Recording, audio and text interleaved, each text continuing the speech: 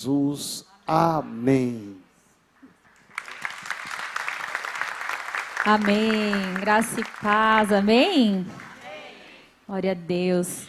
Como é bom estar aqui com temor e tremor, né? Tá frio. Não sei aí, mas aqui tá realmente gelado. Bom, quem é mamãe, levanta a mão aí só pra gente ver. Feliz Dia das Mães! Que delícia comemorar hoje esse Dia das Mães. E eu até falei com alguém hoje de manhã, eu falei, a gente precisa nesse Dia das Mães sempre tirar o foco, às vezes, do desafio que é a maternidade, né? E nos lembrar que são eles que nos tornaram mães e nos transformaram para alguém melhor. Amém? Nós, mães, vivemos essa metamorfose aí da maternidade e fomos aperfeiçoadas no amor, na paciência, na compaixão, na excelência em fazer múltiplas coisas ao mesmo tempo, né? E tantas coisas mais. Mas eu quero também declarar para você que é tentante, você que está aí sonhando em ser mãe, em nome de Jesus eu declaro, Madre aberta, que o Senhor derrame dos céus essa graça, traga filhos para você, em nome de Jesus, a sua herança bendita, que você tome posse disso, em nome de Jesus. Este é o ano, em nome de Jesus. Amém? Toma posse aí. E esse é um mês muito especial, é o mês da família, e eu realmente amo muito falar de família, amo compartilhar sobre família. A família é algo que pulsa ao nosso coração. E a gente tem um trabalho feito com as mães que eu vou falar um pouquinho já já. E nós amamos família. E em homenagem, né, às mães, eu quero compartilhar com vocês 5 lições que nós aprendemos na Palavra de Deus com 5 histórias de mães. Amém? Preparado aí? Então, vamos lá. A primeira lição que nós vamos aprender é com uma mãe que se chama Joquebede. E eu amo muito essa mãe, e essa mãe é fruto, eu sou fruto de um aprendizado com essa mãe, e foi daqui que nasceu o projeto Amor Mães Gestantes. Nasceu no meu coração o desejo de falar com mães, de falar com famílias, de falar com gestante, de falar sobre maternidade por causa de Joquebede. Porque Joquebede, ela nos ensina que nós precisamos lutar em defesa da família, amém? Nós devemos lutar em defesa da família. E só para nós entendermos e conhecermos um pouquinho da história dessa mulher, nós vamos abrir, vai abrindo aí já a sua Bíblia no livro de Êxodo, capítulo 2. E eu vou contextualizar, para a gente não ler muito, eu vou contextualizar. A Joquebede está no momento da história onde o povo de Israel estava escravizado no Egito. E eles eram muito numerosos, e ali Faraó, eles estavam preocupados de que o povo crescesse demais e se tornasse forte demais e dominasse o Egito. Então, eles decidiram que eles iam dar um jeito nisso, aumentar a carga de trabalho de todo mundo. Mas aí o que aconteceu? E quanto mais eles trabalhavam, mais filhos eles tinham. Amém? Mais crescia ali os descendentes. Então, apavorados, eles foram para medidas extremas. E então eles falaram, bom, já que não teve jeito aumentando a carga de trabalho, vamos então matar todos os meninos do sexo masculino, todos que nascerem homens, nós vamos matar. E ali foi dada a ordem às parteiras para que se fosse menino, automaticamente eles fossem exterminados. Então, lendo aqui Êxodo 2:1 diz assim: um homem da tribo de Levi casou-se com uma mulher da mesma tribo e ela engravidou e deu à luz a um filho. Vendo que era bonito, ela o escondeu por 3 meses. Quando já não podia mais escondê-lo, pegou um cesto feito de junco e o vedou com piche e betume. Colocou nele o menino e deixou o cesto entre os juncos, à margem do Nilo. A irmã do menino ficou observando de longe para ver o que lhe aconteceria. A filha de Faraó descera ao Nilo para tomar banho. Enquanto isso, as suas servas andavam pela margem do rio. Nisso viu o cesto entre os juncos e mandou sua criada apanhá-lo. Ao abri-lo, viu um bebê chorando. Ficou com pena dele e disse: este menino é um dos hebreus. Então a irmã do menino aproximou-se e perguntou à filha de Faraó: a senhora quer que eu vá chamar uma mulher dos hebreus para amamentar e criar o menino? Quero, respondeu ela. E a moça foi chamar a mãe do menino. Então a filha de Faraó disse à mulher: leve este menino, amamente-o para mim, e eu pagarei você por isso. A mulher levou o menino e o amamentou. tendo o menino crescido, ela o levou à filha de Faraó, que o adotou e lhe deu o nome de Moisés, dizendo, porque eu o tirei das águas. É uma história maravilhosa e de muita coragem. E o que nós aprendemos? Precisamos lutar em defesa da nossa família. Como que nós temos que lutar? Em primeiro lugar, nós temos que estar determinados a lutar pela nossa família e pelos nossos filhos. Veja, essa mulher escondeu a criança até os 3 meses de idade. As mães vão concordar aqui, os pais vão concordar comigo, que os 3 primeiros meses são os mais difíceis, não é? É choro porque está com cólica, é choro porque está com fome, é choro porque não consegue dormir, é choro, choro, choro. Como essa mulher conseguiu esconder uma criança durante 3 meses? É muita determinação, não é? Ela estava determinada a conseguir esconder o seu filho e livrá-lo da morte. Esse contexto em que ela está aqui não é muito diferente do contexto em que nós estamos vivendo hoje. Veja, existe uma guerra travada contra a família. Você percebe isso? Os valores da família agora são loucura para o mundo. O inimigo ele tem tentado de todo custo derrubar a família. Os nossos filhos estão sendo levados por vãs doutrinas. Os nossos filhos estão sendo hipnotizados pelas telas, tendo mais influência às vezes dos youtubers do que a dos próprios pais. O mundo está se virando de cabeça para baixo. E tudo isso para que a família seja derrubada, seja despedaçada, seja destruída. Então nós aprendemos com Joquebede que nós precisamos ter coragem e determinação para lutar pela nossa família. Lutar pelos nossos filhos, lutar pelo nosso casamento. Nós precisamos com toda a força e intencionalidade lutar pela nossa família. Aqui a palavra fala que ela achou o menino bonito. É muito interessante porque fala assim, ela o escondeu por 3 meses. Vendo que era bonito, ela o escondeu por 3 meses. Então fala assim, vendo ela que o menino era bonito. Gente, seu filho nasceu com cara de joelho igual o meu, tenho certeza, não foi? Foi sim. Mas a gente não achou lindo? Ai, é lindo. Hoje eu olho a foto e falo, nossa, eu achava lindo. Porque para a mãe, para o pai é lindo, mesmo tendo ali a carinha de joelho.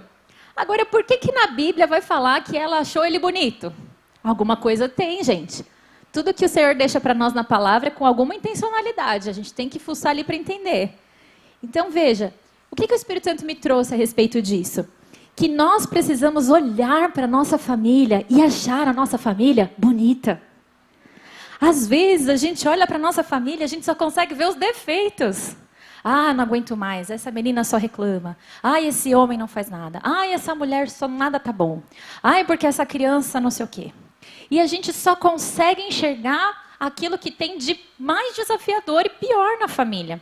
Mas os nossos olhos precisam estar voltados para aquilo que é bom. Por quê? Eu vou defender alguma coisa que eu não estou gostando? Qual é a minha determinação em defender uma família que eu só vejo que tem alguma coisa ruim? Então, os nossos olhos precisam ser transformados. E olhar para a nossa família achando ela bonita. Às vezes a gente olha para a nossa família e fica comparando com a do outro. Aquela é bonita, olha lá. Olha lá a família dos pastores lá.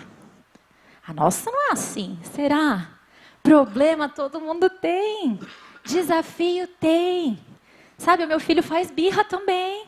Ele é desaforado. É, gente. A minha filha se joga no chão, dá chilique. A sua também? A gente está tudo no mesmo barco. Toda família tem problema, toda família tem desafio. Porque além de estarmos nos relacionando com pessoas, e pessoas exigem de nós um certo esforço, né, para se relacionar, existe uma guerra espiritual travada para destruir a família. Então eu preciso ser intencional com a minha família e decidir olhar para ela e enxergar ela bonita. Fala assim, a minha família é bonita. A família é linda. Os meus filhos têm os desafios, mas eles são maravilhosos. Começa a evidenciar o que tem do reino na sua casa. O que tem de Deus na vida dos seus filhos. O que tem do alto na vida do seu esposo, da sua esposa. Os nossos olhos para a nossa família têm que ser bons. Porque isso vai nos ajudar a lutar por ela. Amém? E como ela protegeu o filho dela? Né? Então, ela colocou ele num cesto, colocou ali o betume, colocou no rio. E olha, que coragem dessa mulher. Ela estava num momento que ela não sabia o que fazer. Ela teve que colocar o menino num cesto e deixar o rio, a correnteza levar embora. Quem que teria coragem de fazer um trem desse? Vai saber se não vai entrar água, se betumou direito o negócio, a criança não vai morrer afogada, se não vai ficar enroscado, se um jacaré não vai comer, não sei. Exige uma coragem para fazer isso, né? E aqui fala sobre nós. Ela foi corajosa para depender de Deus. Porque nós criamos os filhos, mas a verdade é que nós criamos os filhos para enfrentar o mundo e devolver eles para o Senhor. Se nós queremos controle na maternidade, esquece, já perdemos os filhos. Maternidade não pode ter controle, não tem como ter controle. Não tem, são seres humanos, a gente não pode. Podemos influenciar em suas escolhas, mas não fazer por eles. Então ela entregou, confiando no Senhor. Existem momentos que a gente precisa só entregar. Entrega para Jesus. Ora, confia. Confia na tua criação, confia na tua oração, confia no Senhor. Qual seria o nosso cestinho hoje para proteger a nossa família, né? O que seria esse cesto para nós? A palavra de Deus. Orar a palavra, entender os princípios e valores que a palavra estabelece para nós e sermos intencionais em viver e praticar isso na nossa casa. Pratique a palavra no seu lar. O que é praticar a palavra no lar? É liberar perdão, é admitir, olha, me perdoe, eu errei, eu falei mais do que eu devia, eu te dei uma bronca exagerada. Viver a palavra é praticar o amor que é incondicional, o amor que respira, recomeça, refaz, tem paciência. O amor, viver a palavra é ter o domínio próprio, viver a palavra é ter compaixão, porque a gente pratica isso fora. Mas e na nossa casa? E na nossa família? Então é a palavra de Deus sendo vivida e praticada no nosso lar. Isso vai nos proteger.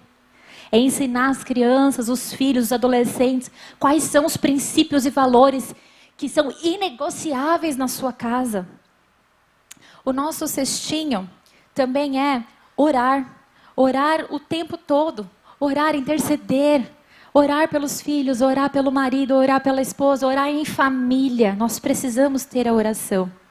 E o que seria o último cestinho que eu coloquei aqui? A igreja. Estar com a sua família na igreja. Trazer os seus filhos para a igreja. Vir em família à igreja. Você sabia que já tem um estudo, né? E isso é muito legal, que a gente tem aprendido muito aqui no projeto Amor Mães e Gestantes. A ideia do projeto é justamente trazer as mães e um olhar para a mãe. Porque uma mãe, quando ela está bem, tudo vai ficar bem, né? Então, a gente trabalha muito com a mãe e também trazemos algumas dicas e orientações a respeito da criação de filhos. E tem sido, assim, muito poderoso. Quem vem e fala, eu não imaginava que era isso, é muito mais profundo, não é, meninas? É isso, não é? Estou aí, glória, as minhas mãezinhas aí. E aí a gente teve uma palestra sobre desenvolvimento infantil com uma neuropsicóloga e foi maravilhoso e ela trouxe para a gente um dado já que está sendo comprovado. O meio ambiente, o meio onde você está, ele é capaz de trazer uma transformação na epigenética do DNA. Olha só, o meio que você vive pode mudar até o DNA da pessoa. Então, por exemplo, se uma pessoa ela tem uma predisposição ao álcool, por estar num contexto, por exemplo, aqui de igreja, onde a gente pratica a fé, o amor, a esperança, dizemos não aos vícios, mas o domínio ao Espírito Santo, essa pessoa pode geneticamente deixar de ter essa predisposição. Olha que poderoso! Agora eu pergunto, qual é o meio que seus filhos estão andando? Qual é o meio que vocês estão andando? Qual é o meio que nós estamos frequentando? Qual é o ambiente que nós estamos frequentando? Qual é o ambiente que a nossa família está inserida? Porque isso vai influenciar diretamente na nossa casa. Amém? Então, o último é, venha à igreja. Porque esse ambiente de fé, de amor, de esperança, vai transformar. Eu estou dizendo que na igreja não tem dificuldades? Tem. Você está sentado aí? Então tem, né? Porque a gente é humano, onde tiver ser humano tem desafio, gente. Faz parte, lidar com o ser humano é a coisa mais desafiadora da vida. Mas A presença do Espírito Santo está aqui e ela transforma. Amém, queridos? Então, nós aprendemos essas lições poderosas com Joquebede. Lutar pela família. Vamos para o segundo. A segunda história é da mulher sunamita. E essa mulher nos ensina posicionamento ao invés de lamento. É linda a história da sunamita. E eu vou contextualizar antes da gente ler o texto que está em 2 Reis 4:18. Esta mulher via que sempre o profeta passava por ali e ela oferecia pão todas as vezes que ele passava na sua caminhada. Ela oferecia pão até que, dado momento, ela percebeu que com frequência ele passava ali e decidiu fazer um quartinho para ele. Colocou uma mesa, um colchão, deixou um ambiente preparado para que ele pudesse descansar. Essa mulher é uma mulher de visão, amém? Ela entendeu que era um profeta, entendeu que ela poderia ser alguém que abençoaria o profeta e preparou um canto para o profeta. Olha que mulher de visão, ela tem um princípio de honra aqui que já de cara a gente aprende. E aí esse profeta ficou tão feliz e se sentiu honrado por aquela atitude dela, que falou assim, me pede o que você quiser, que eu vou orar, o Senhor vai te conceder. E ali então ela pediu um filho, porque ela não tinha filhos, e ela então ficou grávida e teve o seu filho. Vamos ler então 2 Reis 4:18. E crescendo o filho, sucedeu que um dia saiu para ter com seu pai, que estava com os segadores. E disse a seu pai, ai a minha cabeça, ai a minha cabeça. Então disse a um moço, leve-o à sua mãe. E ele o tomou e levou à sua mãe. E esteve sobre os seus joelhos até o meio-dia e morreu. E subindo ela, o deitou sobre a cama do homem de Deus, e fechou a porta e saiu. E chamou o seu marido e disse, manda-me um dos moços, uma das jumentas, para que eu corra ao homem de Deus e volte. E disse ele, por que vais a ele hoje? Não é lua nova, nem sábado. E ela disse, tudo vai bem. Veja, essa mulher não podia ter filhos. O profeta abençoou e ela engravidou. E o menino cresceu. E chegou um dia que esse menino morreu. Imagina a dor dessa mulher. Está tudo bem. E do nada, o menino simplesmente morre. Imagina dentro da cabeça de uma mulher assim, o que não se passa? Se colocando no lugar dela, do nada acontece uma tragédia dessa. O que nós faríamos? Geralmente, a nossa atitude seria, não acredito, ele morreu, manda chamar meu marido no campo, amor, o nosso filho morreu. E a gente se jogaria no chão e entraria em desespero. Essa mulher, ela coloca o menino na cama do profeta. O marido pergunta, você vai lá para quê? E ela fala, não, tá tudo bem. Tá tudo bem. Ela nem levou para o marido a preocupação e a angústia dela. Foi até o profeta e questionou ele. E falou, eu não te pedi filhos. Você me concedeu. E agora meu filho está morto. E então, continuando aqui no versículo 32. E chegando Eliseu àquela casa, eis que o menino jazia morto sobre a sua cama. Então chamou Geazi e disse, chama essa sunamita. E chamou e veio ele e disse, toma teu filho. E entrou ela e se prostrou em seus pés e se inclinou à terra e tomou o seu filho e saiu. Ele foi e ali o grande milagre aconteceu, que ele trouxe a vida novamente a esse menino e devolveu a sunamita. Amém? Poderia ter lido um versículo antes aqui, né? Que mostra que ele foi lá e deitou sobre ele, orou sobre ele e esse menino voltou a viver. E o que nós aprendemos aqui? Que essa mulher, ela era uma adoradora. Ela tinha a sua identidade firmada em Deus. Ela sabia quem ela era. Ela sabia o Deus que ela servia. Ela tinha a convicção de quem ela era. Então ela não precisava se lamentar, porque ela sabia o Deus em que ela servia. Ela sabia que o profeta estava ali, que algo Deus faria, que aquilo não era possível que estava daquele jeito. Então ao invés de se lamentar e ficar reclamando, remoendo aquilo, ela se posiciona. E ela vai em direção ao único que pode ajudá-la naquele momento, que é o profeta. E então o profeta vai e o menino volta à vida. E nós aprendemos com essa mulher que existem tantas situações na nossa vida que às vezes estão em estado de morte. Às vezes são relacionamentos familiares que já Achamos que nunca mais vai ter jeito. Às vezes é o casamento que está beirando ali a morte, é o filho que está já perdido no mundo e a gente não sabe o que fazer. E quantas vezes a nossa atitude é só lamento. Lamentar, lamentar. Não digo que nós não vamos sofrer, porque eu tenho certeza que ela sofreu. A questão não é sofrer ou se entristecer, porque nós temos o direito de sofrer, ficarmos tristes. Isso faz parte de sermos humanos. Mas o que nós vamos fazer diante disso? Viver prostrado ou se levantar e se posicionar? Nós precisamos nos posicionar diante de notícias de morte. Seja na área financeira, na área familiar, seja diante dos filhos, seja diante de uma enfermidade. Nós temos que nos posicionar e procurar o único que é capaz de nos dar uma resposta, que é o nosso Deus. Precisamos saber quem somos em Deus. Nós somos filhos amados. Nós temos acesso ao Rei dos Reis. Nós não precisamos hoje ir a profeta como a sunamita precisava. Nós temos acesso ao Todo-Poderoso por meio de Jesus que morreu naquela cruz. Então basta nos posicionarmos e falarmos: ei Deus, tá difícil, mas eu sei que o Senhor tem palavra de vida para mim. Então eu profetizo vida nesse casamento. Eu profetizo que os meus filhos voltarão para sua casa. Eu profetizo que essa enfermidade vai cair por terra hoje em nome de Jesus. Não é para a morte, mas para a glória do Senhor. Eu profetizo que os contratos virão, que nós vamos prosperar. Porque quando uma família prospera, o reino de Deus cresce. Então nós precisamos nos posicionar em Deus. Amém? Glória a Deus.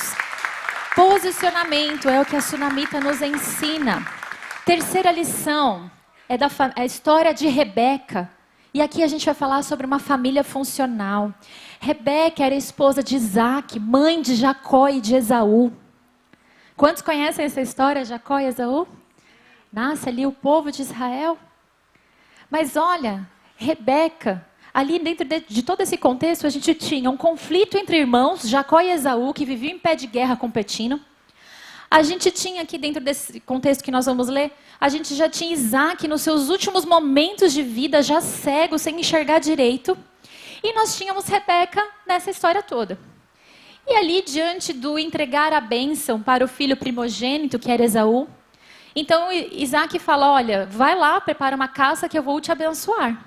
Enquanto o filho sai, Rebeca chama o mais novo e fala: olha, é o seguinte, seu irmão vai preparar uma caça, vai receber a bênção do pai, e nós vamos fazer o seguinte: você vai lá, você vai pegar o animal, que eu vou fazer o cozido, e você vai dizer que você é Esaú. O que ela fez? Ela ensinou, né, reforçou ali o filho a enganar o pai. Aí ele ainda fala: mas mãe, eu não sou peludo que nem meu irmão. Ela: não tem problema, eu vou colocar a pele do animal, ele não vai saber de nada. Quantas famílias às vezes estão disfuncionais? É um pé de guerra entre irmãos. É a mãe falando mal do pai para os filhos. Seu pai faz nada direito, não acredito, de novo. É marido que não aguenta mais.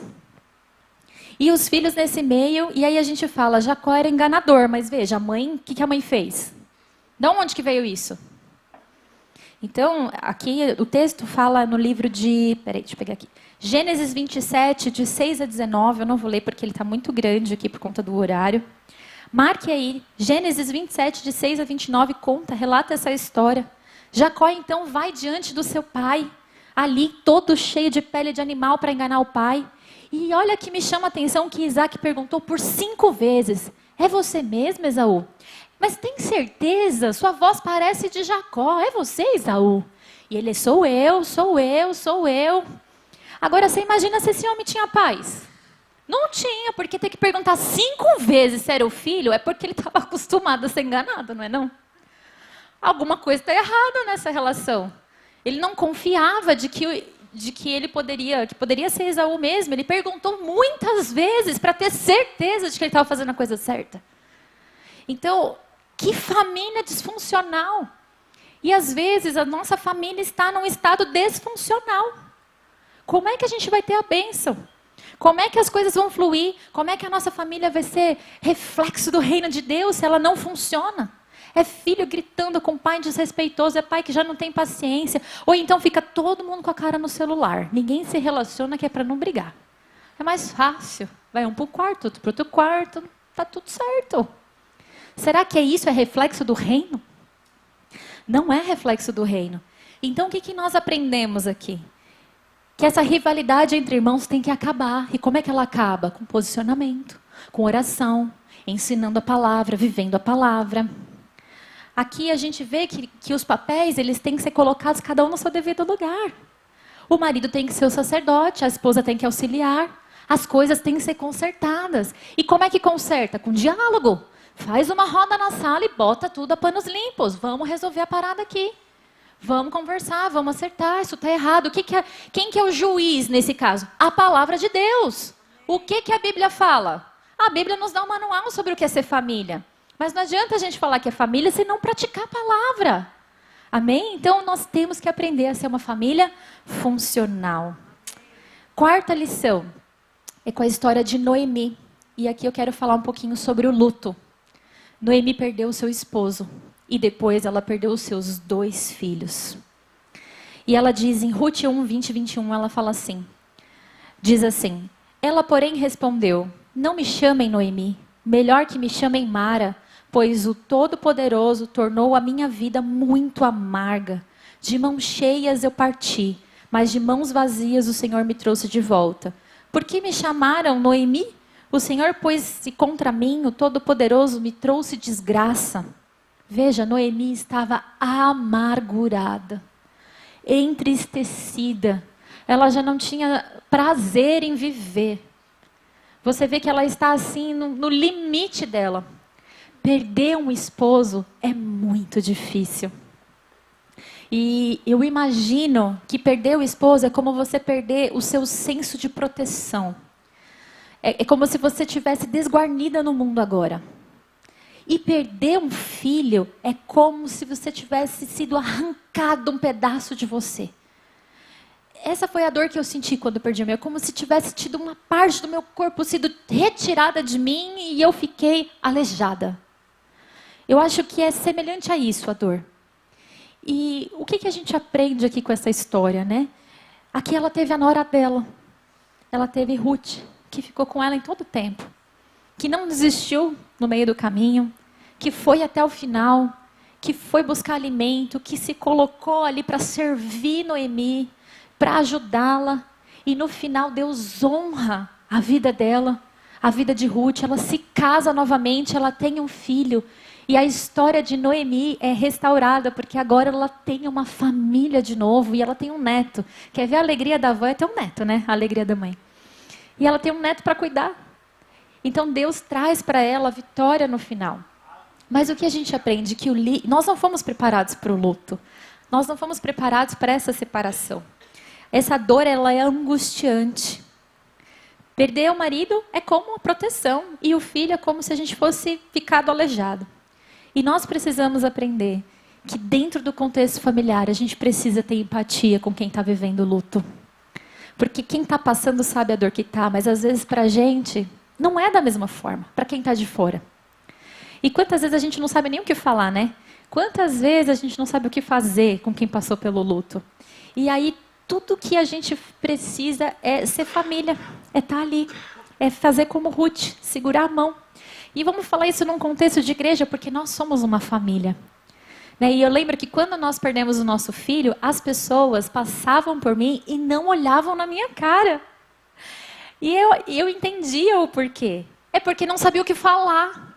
Não sabia o que falar, então eu vinha para cá, as pessoas iam para lá. E no Dia das Mães, então, o pessoal ficava assim, eu vou me encontrar com ela. Porque é difícil. E aí que vai uma lição para nós como igreja. O que nós aprendemos? Nós somos uma família para quem está em luto. Nós somos essa família. Nós somos a Ruth na vida de quem passa pelo luto. Então nós precisamos abraçar. Não precisa dizer nada, abraça. Só esteja lá. Amém? E a última lição, nós aprendemos com a história de Maria. Maria nos ensina que a nossa família tem um propósito. No livro de Lucas 1, 26 fala: no 6º mês, Deus enviou o anjo chamado Gabriel a Nazaré, cidade de Galileia, a uma virgem prometida em casamento, a certo homem chamado José, descendente de Davi. O nome da virgem era Maria. O anjo aproximou-se dela e disse: saudações, agraciada, o Senhor está com você. Maria ficou assustada com essas palavras, pensou no que poderia significar essa saudação. O anjo, porém, lhe disse: não tenha medo, Maria, pois você foi agraciada por Deus. Você ficará grávida e dará à luz um filho e lhe porá o nome de Jesus. Ele será o grande e será chamado Filho do Altíssimo. O Senhor Deus lhe dará o trono de Davi, o seu pai, e ele reinará para sempre sobre o povo de Jacó. O seu reino jamais terá fim. Maria perguntou ao anjo: como acontecerá isso, uma vez que sou virgem? O anjo respondeu: o Espírito Santo virá sobre você, e o poder do Altíssimo a cobrirá como uma sombra. Assim, aquele que há de nascer será chamado Santo, Filho de Deus. Também Isabel, a sua parente, terá um filho na velhice. Aquele que diziam ser estéril está no 6º mês da gravidez. Maria respondeu: sou serva do Senhor, que aconteça comigo conforme a tua palavra. Então o anjo a deixou. Nós aprendemos com a história dessa mãe Maria que a nossa família tem um propósito. Amém? Jesus veio ao mundo para nos reconectarmos com Deus. Ele veio para que pudéssemos ter salvação. E ao partir ele diz: olha, vocês farão coisas maiores do que essas que eu fiz. Agora, e Maria nisso tudo? Maria se colocou submissa a essa direção de Deus, porque ela entendia que havia um propósito maior naquilo tudo. A gente às vezes não para pensar que ela foi mãe, que ela gerou Jesus no seu ventre. Ela sentiu Jesus mexer no seu ventre. Maria, ela criou amor por Jesus como um filho dela. Ela caminhou, ela viu os primeiros passinhos dele. Ela levava ele para o templo, ela ensinava princípios e valores para ele. Ela o viu crescer. Ela presenciou o primeiro milagre. Ela caminhou com os discípulos ali servindo no ministério de Jesus. Agora imagina para ela ter que olhar ele sendo preso numa cruz. Não é a mesma dor. Imagina você ter que entregar o seu filho em sacrifício por outros que estão cuspindo na sua cara. Para ela foi muito difícil. Eu imagino a dor que essa mulher passou. No final, ela ter que olhar para Jesus e ele falar: por que choras por mim? Olhe, João, este é teu filho. Cuide dos que vão ficar. Eu estou cumprindo meu chamado. Ela sabia o que ia acontecer do começo ao fim. Você aceitaria no lugar dela? Será que nós aceitaríamos receber o Filho de Deus no nosso ventre, sabendo que ia passar por todo esse processo? Por que ela aceitou? Porque ela se colocou submissa em direção na dependência da palavra de Deus, sabendo que ela ia ter que encarar José, encarar as pessoas jogarem na cara dela um monte de coisa, falando que ela engravidou antes do casamento, sabendo que ela ia enfrentar até a morte na cruz. Ela só se colocou nessa posição porque ela entendia o propósito que aquele tinha. Ela entendia o propósito. E aí, qual é o propósito da nossa família hoje? Nós somos o reino de Deus na terra. A família, uma família sarada é uma sociedade sarada. Uma família sarada é uma sociedade transformada. Por que está uma loucura hoje? Porque não temos mais famílias saudáveis. Porque não temos mais famílias que lutam pela causa, que queiram ser família, que vivam Jesus na sua inteireza dentro das suas casas. Nós precisamos ser família. A família da palavra de Deus. Porque quando nós formos um com a palavra, quando nós formos um com Jesus, o mundo vai saber quem Ele é. Quantas vezes as pessoas olham para você e falam: nossa, sua família é linda. Sabe o que eles estão dizendo? A sua família lembra Jesus. Nossa, seus filhos são tão lindos. Eles estão dizendo: seus filhos lembram Jesus. Filhos que sabem a sua identidade, que sabem que eles podem mudar. Uma geração de adolescentes que sabem quem eles são em Cristo e que eles vão transformar ali o meio onde eles estão, por meio das escolas, das universidades, no campo de trabalho. Porque dentro de casa existe uma família que reforça isso o tempo todo. Você é meu filho, mas você é filho amado de Deus. Você não é o que você sente, você é o que a palavra diz que você é. Porque tem pais intencionais que educam seus filhos na palavra. Tem pais intencionais que ministram Jesus. Os nossos filhos, eles não vêm para o evangelho só porque a gente está envolvido em ministério. Os nossos filhos vêm para o evangelho quando o evangelho é vivido dentro de casa. Quando é ensinado intencionalmente dentro de casa. Desde os 2 anos, desde que nasce. Nós temos que ser família. E ser família é viver Jesus em casa. Cada um na sua posição. Amém? A nossa família tem um propósito. E Maria nos ensina que nós precisamos enxergar o propósito para poder passar pelo processo. Enxergue o propósito da sua família para que você passe pelo processo. Família é construção, não vem pronta, exige esforço, exige dedicação, exige muita oração, exige muita intencionalidade, exige a gente parar para estudar, para orar, para interceder, dá muito trabalho, mas é o nosso principal trabalho. Nada, o que nós formos conquistar no trabalho, com carreira, não nos vai ser cobrado no dia do julgamento, mas a nossa casa vai. O que nós cuidamos daqueles que o Senhor nos deu, esses nos vão ser cobrados. Desses a gente vai prestar contas. Da nossa família. E quando nós somos família, a igreja se torna uma grande família. Porque as famílias, elas refletem aquilo que elas são em comunidade. Amém, queridos? Essas são as lições, eu quero recapitular para nós orarmos. As lições que nós aprendemos hoje com essas histórias. Nós precisamos lutar pela nossa família, amém? Aprendemos com Joquebede. Aprendemos com a Sunamita que nós temos que nos posicionar ao invés de só lamentar. Aprendemos com Rebeca que a nossa família tem que ser funcional. Aprendemos com Noemi que nós como igreja precisamos abraçar as famílias que estão passando pelo luto.